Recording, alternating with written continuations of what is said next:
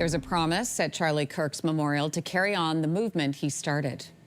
They tried to silence our dear friend Charlie Kirk, and tonight, we speak with Charlie and for Charlie louder than ever. That is U.S. Vice President J.D. Vance speaking at Sunday's memorial service for the conservative activist. This was in Glendale, Arizona. Charlie Kirk's widow, Erica, is now the CEO of Turning Point USA, raising questions over where Kirk's movement could go next. For more on Charlie Kirk's influence, we are joined by Matthew Dallek, professor of political management at the George Washington University. Good morning to you. Good morning to you. So memorials for Charlie Kirk extend beyond the U.S. Several vigils are being held in other countries, including here in Canada. What was it about Charlie Kirk that connected so well with people? Well, first of all, he was very talented, right? He was a talented communicator.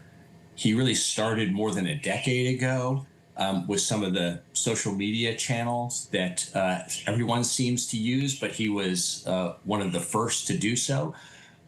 He was both extremely provocative and some of what he said really offended people, which I think was helpful to kind of drawing attention to him. But I think he was also quite effective at just talking to millions of people in the U.S. and around the world about his vision of Christian conservatism and a traditional family life and kind of anti-wokeism and all the issues he discussed. So, and then finally, I think he resonated with a lot of young, mostly Christian men. Mm-hmm. I want to ask you about that because J.D. Vance had said Charlie Kirk created a movement that really led to Donald Trump returning to the White House with the young vote. In 2020, let's look at some numbers. In 2020, 61% of voters between the ages of 18 and 29 voted for Joe Biden. 36%, you can see it on your screen, voted for Donald Trump. Then you look at 2024. Kamala Harris, 51%. And that number for Donald Trump up to 47%. What is it? And what has the Republican message been doing that has been so effective that is attracting more young people?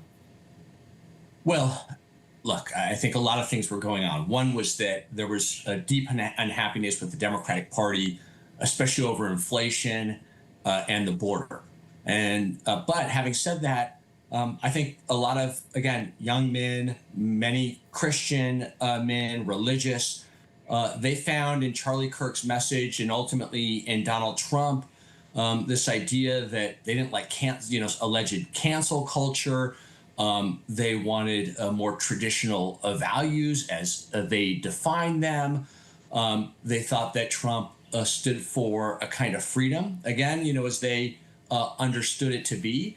And I think that those and a number of other factors kind of enabled Kirk, in part at least, to help mobilize, kind of a tip of the spear for the MAGA movement in 2024, to mobilize tens of thousands of young people, especially in those swing states, to turn out and vote for Trump. And so that was the thing about Kirk, right? It was not just that he was effective on social media at messaging, going to college campuses, but he was also a mobilizer. I mean, he had built an organization from scratch, and when he died, when he was murdered, he now has left behind tens of thousands of members, hundreds of thousands of members, and thousands of chapters across the country.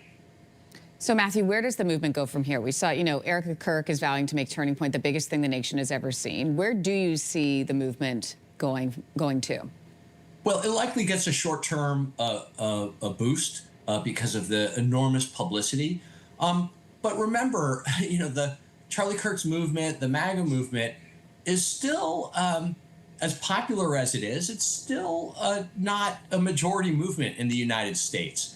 And so the question is, can it be expanded in substantial ways, or have they hit a kind of ceiling in terms of the number of people who would support it? And so I think it still only speaks to a large but still a subset of the American population. So it may have a hard time at least growing to millions of members in the medium and long term. Professor Matthew Dallek, thanks for your time this morning. We appreciate your thoughts. Thanks for having me. If you like that video, make sure to subscribe to the Your Morning YouTube feed, where you can find all kinds of new content posted every weekday morning.